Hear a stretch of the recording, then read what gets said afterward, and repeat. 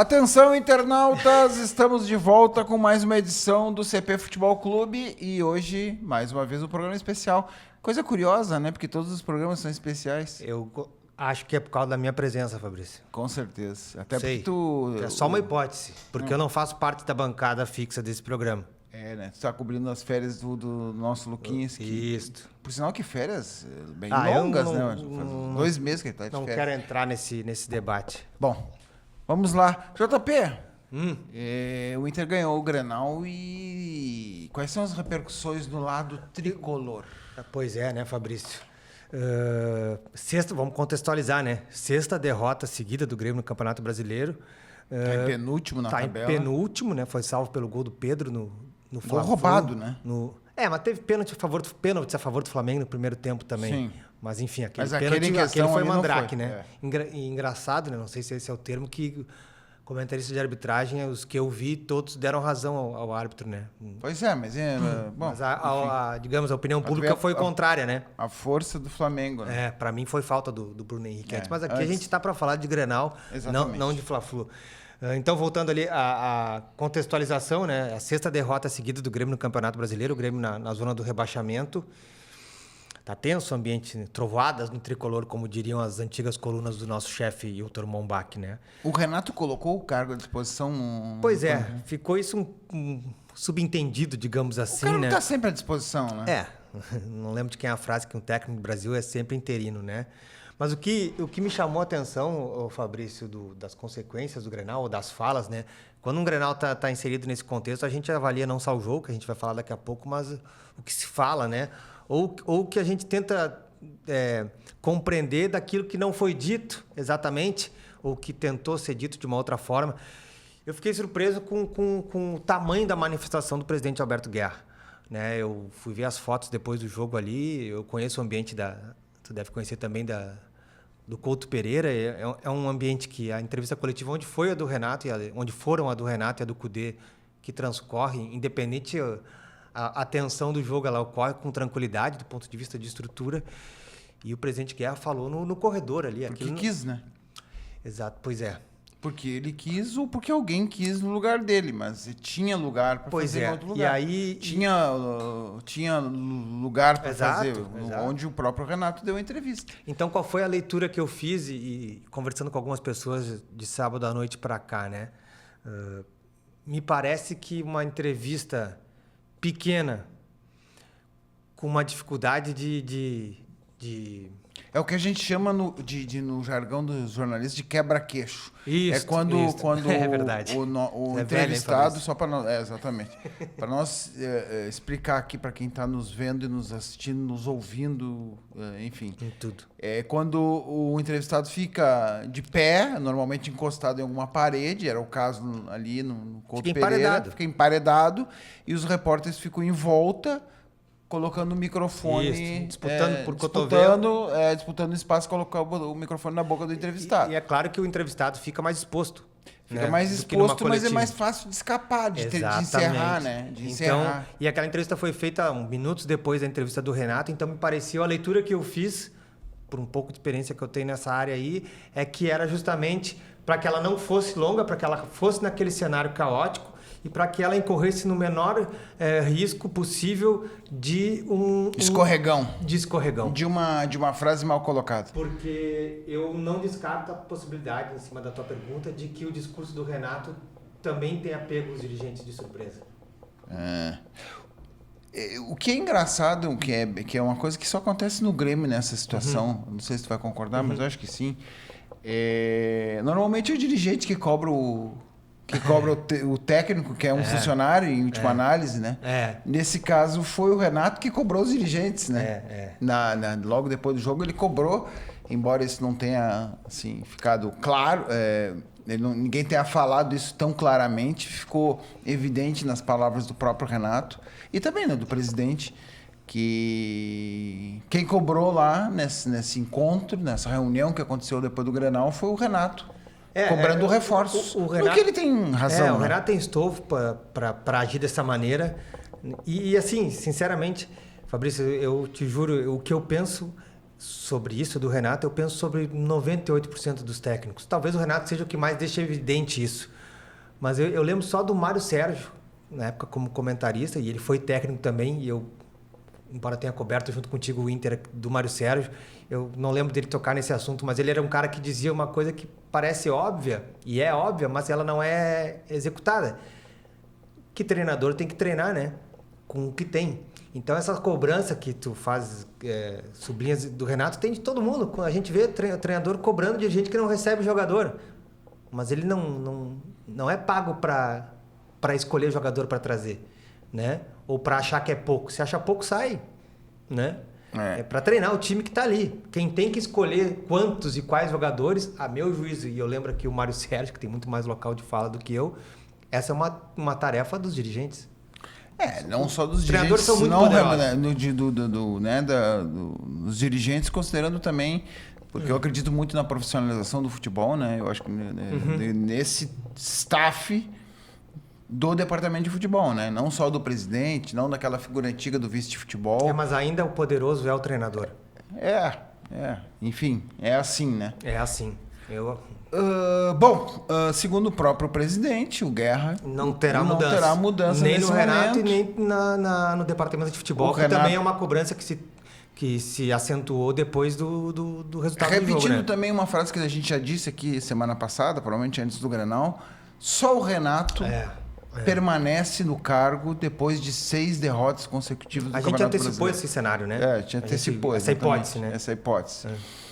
Hoje, nessa segunda-feira, que é hoje, quando nós estamos gravando esse programa, 2 técnicos caíram, né, por situações bem menos graves, que foi o Cuca no Atlético Paranaense. O Cuca pediu para sair. Deve ter algum convite, ele né? Pediu para sair, né? O Atlético após é o quinto, três empates consecutivos. E o Diniz foi caído, né? E o Diniz sim vive uma situação talvez até mais grave, pelo menos igual à do Grêmio, né? Os dois estão na zona de rebaixamento. O Fluminense também numa situação muito complicada. Os dois têm 6 pontos, só 2 vitórias. E o Diniz não tem estofo no Fluminense como o Renato tem no Grêmio. Aliás, pouca gente tem algum clube como o Grêmio ninguém tem. Talvez ninguém tenha. Mas não adiantou. Atual campeão da Libertadores. E parece. E adversário do Grêmio, os dois se cruzam daqui a 30 dias. Né? Não, e engraçado também que não sei se tu chegou a escutar a entrevista, com certeza escutou do Cudê, porque tu estava escutando. Sim. Fazendo o Grêmio. O Cudê falou isso, citou, né? Ele vai ser uma injustiça, não lembro quais foram as palavras que ele usou ipsis literis, mas ele, resumindo, disse que vai ser uma injustiça se o Diniz cair ou se o Renato cair, for demitido, nessa situação que nós estamos vivendo, né? Sim. O Cudê, inclusive, se solidarizou ao Renato, lembrando que os dois estão vivendo sem poder... Uma vida de nômade, né? Sem poder jogar acho que os resultados a favor estão deixando o Cudê mais tranquilo para se manifestar em coisas que ele não se manifestaria. Nessa entrevista ele estava bem mais tranquilo. O que eu sinto falta nas entrevistas do Cudê, inclusive eu estava escutando ela mais uma vez agora há pouco, aqui na redação do Correio do Povo, é que ele não dá explicações sobre as opções dele. E eu não estou nem dizendo assim, eu escolhi o JP por isso e deixei o Fabrício de fora. Ele se sente confrontado, né? Ele se sente confrontado. Ele podia explicar simplesmente, porque aquilo que nós estávamos conversando também semana passada aqui, das opções táticas. O fulano de tal joga mais porque ele defende melhor. Sim. E quando eu precisar de uma opção ofensiva, enfim. Agora, independente das explicações que ele deu ou não deu, né, Fabrício? Está nítido que, em relação a ele mesmo, ele mudou o comportamento. Né? Ele tem valorizado muito mais o resultado. Eu acho que ele é mais pragmático. A dor ensina a gemer, né? Talvez. Eu acho que ele tem aprendido da pior forma possível. Isso aí no ano passado, quando ele deixou escapar o resultado. Uma virada histórica e inesperada para o Fluminense. O Fluminense do Diniz, dentro do Beira-Rio, o Inter ganhava até o final do segundo tempo e deixou o Fluminense virar porque, enfim, ele tinha menos peças que tem hoje, né? Mas ele tinha peças para defender o resultado. Nem que não conseguisse, ele não tentou defender o resultado. Exatamente, ele manteve o Inter mais ou menos do jeito que estava, e aí, bom, enfim, aconteceu o que todo mundo lembra. E de lá para cá, ele veio... Ele mudou a postura. Inclusive no Grenal... eu ia dizer, em seguida no Grenal ele fez, mas assim, de lá para cá, a gente não teve outro episódio tão sintomático assim, né? Não teve. Ele normalmente... Às vezes até parece que exagera um pouco, né? Ele bota, no Grenal ele terminou com 3 zagueiros e meio, porque se a gente considerar o Fernando como zagueiro, né? Vamos entrar pro Grenal dentro de campo, eu não sou apresentador do programa, nem pretendo ser. Mas nem eu, quem seria o apresentador? Não, tu, todo teu talento. Vou falar do Grenal dentro de campo e eu vim aqui para te provocar, Fabrício, hoje, dentre outras coisas. Verdade. Tá muito papai e mamãe. Eu tô pegando já carona. Já fui mais denso, quisesse né? me pegar naquele mano a mano semana passada, mas tudo bem. Né? Aliás, acertamos quase tudo, né? Mas enfim. Isso, como sempre. Quem jogou mais desfalcado, o Grêmio ou o Inter? Teria que ver, mas eu acho que foi o Grêmio, né? Exatamente, que foi o Grêmio. Foi o Grêmio. Até porque jogou o Alan Patrick, né? Jogou o Alan Patrick. Na real, o Inter estava sem os três jogadores que estão na o Grêmio Copa teve quase América. o dobro de desfalques do que o Inter. É que o peso dos E o Soteldo, Vila Sante, o PP, expulso, Kahneman, Diego Costa. Meio time. Por que eu te fiz essa provocação? Porque eu esperava que o Inter fosse mais superior. Eu acho que o resultado do Grenal é inconteste. Inconteste, mesmo que o Inter tenha produzido, a meu juízo, muito pouco. Correu um risco, uma bola para sair atrás do marcador. E depois que teve à frente, não correu o menor risco, para meu juízo, de sofrer o gol de empate, a não ser naquelas bolas levantadas no final, só do que Jeromel o Grêmio conseguiu cabecear, né? Uma bola burra, que a gente chama, poderia ter entrado, mas não era a tendência. E não era fruto de produção do Grêmio, era fruto de um absoluto desespero, né? Mas quando saiu a escalação, eu fiquei surpreso, porque eu tinha, e conversei contigo semana passada isso, eu tinha a ideia de que o Inter não podia correr o risco, não precisava correr o risco de perder. O empate para o Inter, não para a tabela, mas para o contexto era bom, para o Grêmio era péssimo. E quem tentou, pela escalação, ganhar o jogo foi o Inter. O Grêmio, pela escalação, não tinha como tentar. Jogou com 4 atacantes, né? Se a gente considerar o Alan Patrick atacante. De lesão e mais 3 na frente. Então me surpreendeu, mas embora no campo isso não se manifestou tanto. Talvez é porque o Alan Patrick jogou descontado. O Grenal foi equilibrado no primeiro tempo, nenhum dos dois times acertou o gol, né? Nenhum dos dois times acertou o gol, os goleiros, nenhum deles fez defesa no primeiro tempo. No segundo tempo aí o Grêmio teve uma oportunidade claríssima para mim, que poderia ter matado o jogo, com o João... Que tu vê como essa era a minha outra provocação, né? Como o futebol ele é injusto em alguns aspectos e é uma das belezas do futebol, né? Para mim o Cristaldo fez uma partida como da maioria das que ele faz, né? Ele é um cara que não procura o jogo. O Alan Patrick estava descontado e tentando jogar todo o tempo, não conseguindo, é verdade, mas tentando sair da zona de marcação, e o Grêmio marcou muito embaixo. O Cristaldo toca uma vez na bola como camisa 10 e deixa o cara na cara do gol. Se faz o gol e termina 1-0, ele é o decide o Grenal, né? Decide o Grenal. E o Alan Patrick, que eu vi muita gente comentando, que fez a jogada do gol do Grenal, eu revi agora antes de vir para cá, ele sequer dribla o marcador. Ele faz que vai, não vai, acaba fora. Ele tenta, faz uma finta, como ele é muito bom em finta, ele faz e não passa. O cara do Grêmio domina a bola. O cara toca na bola, né? Ele não é vencido pelo drible. O mérito do Alan Patrick foi de acreditar e ganhar a dividida, bota a bola de novo, ele erra o segundo cruzamento. Só que a bola é perigosa, por óbvio, o goleiro defende e aí o Vitão vence. Era mais fácil pular. Ele teve de frente com 2-3 passos antes, né? O Jeromel pulou parado, é muito difícil, né? O gol foi legítimo, para mim não foi falta. E também isso é uma coisa que pesa, né? Dependendo da distância que a gente está do fim do campeonato. É uma teoria que eu tenho sobre a arbitragem. Para mim o gol foi legítimo, tá? Não foi falta. Se tu talvez estivesse mais próximo, tu acha que poderia... Eu vou te fazer uma pergunta, vou te sacanear, tá? Imaginemos o Inter jogando pelo empate para ser campeão brasileiro contra o Corinthians na Arena Itaquera. Isso já tá aconteceu, 0-0, né? Exatamente. Tá 0-0 e o Corinthians e o Inter faz aquele gol. Mas eu concordo contigo, tanto é que quando tem aquele tipo de lance ali, eu já fico olhando pro juiz para ver a reação dele, porque é difícil do cara ser... Não tô dizendo que foi falta e nem que não foi falta. Acho que não foi falta. Não foi falta. Não foi falta. Mas naquela confusão dentro da pequena área, a bola entra, primeiro, a tendência do juiz é para não vou me comprometer, Ou bota aqui a mão e não vou me comprometer, anula ali, depois vai ver no VAR, alguma coisa, e o juiz... Eu falei de injustiça. Aliás, trabalhou bem o apitador, né? Eu gostei muito do guri. É um guri, tem 34 anos. Apitou bem. Passou incólume pelo Grenal. Mas olha, até isso, até botei na matéria que eu fiz ontem. Boa matéria. Foi um Grenal... Sem contestações?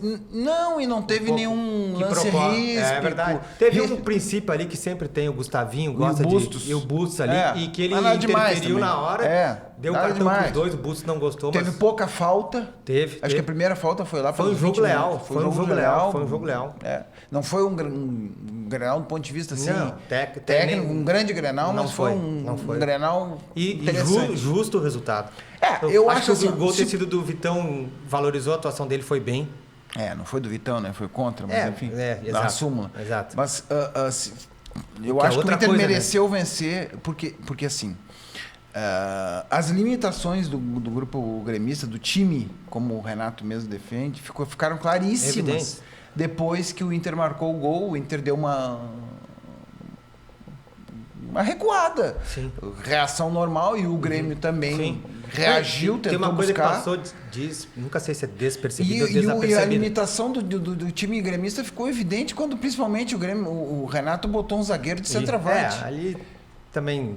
Para chamar a atenção? Acredito que sim. Mas também, não tinha outra alternativa? Tinha, outro zagueiro. Isso que eu acho graça, assim, né? Mas não tinha alternativa. O discurso do Renato é que ele colocou lá um cara que é exímio cabeceador. Ele não tem...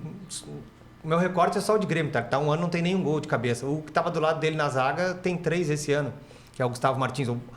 Se tivesse colocado o Gustavo para frente e o Eli dentro da zaga do Grêmio, eu aceitaria. Né? Mas eu achei que o discurso não se sustentou. Mas enfim, de qualquer forma, cristaliza as deficiências do grupo gremista. E nesse aspecto o Renato tem razão, porque realmente não teve nenhuma jogada. Depois o Inter marca o gol, se eu não me engano... Tem uma entrada do Gustavinho pelo lado esquerdo e bate fraco de direita que ele não consegue bater de canhota. Exatamente. Sim. Uma brecha que o Inter deu, um pouco espaço que o Inter deu. Uma espécie de um contra-ataque. Isso. E fora isso, não teve mais nenhuma jogada tramada. E também isso demonstra a qualidade maior do Inter, porque embora o Inter não tenha atacado mais que o Grêmio... todo o tempo. Principalmente no primeiro tempo... Quando tinha a bola, o Inter era muito mais lúcido. Muito. Jogava mesmo com mais. o Alan Patrick descontado. Eu acho que ele não fez uma boa partida por ele estar descontado, mas ele tentou jogar todo o tempo. Para mim, o nome do Grenal, assim, o melhor jogador do Grenal individualmente foi o Wesley. Todas as jogadas. Jogou demais, né? Jogou muito bem. Em cima pelos dois lados. Eu tive um pouco de dó do Reinaldo. Atropelou o Reinaldo. Para mim foi... E tem sido o grande nome, né? Mas ainda assim, sobre perspectiva, eu me surpreendeu que o Inter produziu pouco, mas também eu acho que o Inter, nesse aspecto, é a melhor hora de o time crescer. Né? Não está jogando bem. Eu não vi o jogo contra o Corinthians. E ganhando. Contra o Corinthians me pareceu que eu estava acompanhando a redação aqui, estava vendo o jogo do Grêmio. Fez também um jogo brilhante, mas ele ganhou de 1-0, não tomou gol. Ganhou. Enfim. JP, quarta-feira... Inter enfrenta o Atlético Mineiro. Isso duro, né? No Heriberto Rios, em Criciúma. Aliás, joga duas partidas seguidas. Beira Rios. Beira Rios. Joga 2 partidas seguidas no Heriberto Rios. Depois contra o próprio Criciúma, né? No domingo, exatamente. E o Grêmio? Grêmio Atlético Goianiense, na quarta-feira, Estádio Olímpico, lá em Goiânia. Então, disputa direta. O Atlético tem 9 pontos, é o primeiro fora da zona do rebaixamento. Né? E depois, já no domingo, o Grêmio volta, já na madrugada, após o jogo, o Grêmio volta para o Rio Grande do Sul, depois de quase 2 meses fora, e vai fazer o seu primeiro jogo em território gaúcho no Centenário contra o Fluminense. Não sabemos de qual treinador ainda. Pois é. Vamos ver os capítulos, os próximos capítulos. Vai ter mais tempo para falar desses jogos. Então é isso, pessoal. Ficamos aqui com mais... Tem mais alguma coisa a acrescentar para o nosso público ouvinte e telespectador? Existe a falta do Valência na Copa América. Falta feia. Mas pro Inter é bom, né? Porque ele fica fora do próximo jogo, que é amanhã, se eu não me engano. E só volta no final de semana. Então, em tese, ele vai jogar um jogo. Um jogo só. e meio, né? Porque ele nem chegou nem meio. Porque ele foi expulso no primeiro tempo no jogo, né? Horrível a falta. E aí ficar fora do próximo, que se não me engano é amanhã, e se voltar, volta no último. Seria ótimo pro Inter. E já com possibilidade do Equador já tá até desclassificado, né? Exato. Se perdeu do meio da semana, acho que é a Jamaica. Isso. Então é isso. Pessoal, ficamos mais Não, nenhuma consideração mais. Tá, porque nós estamos passando de tempo, pessoal. O pessoal tem que sair. Ficamos por aqui. Não esqueça de compartilhar esse vídeo, se inscrever no canal do Correio do Povo e deixar o joinha. O joinha. Fazer aquele negocinho assim. E apertar a sinetinha também, que daí recebe as notificações. As notificações quando a gente posta um novo vídeo. Então é isso, pessoal. Ficamos aqui com mais uma edição do CP Futebol Clube e amanhã a gente volta.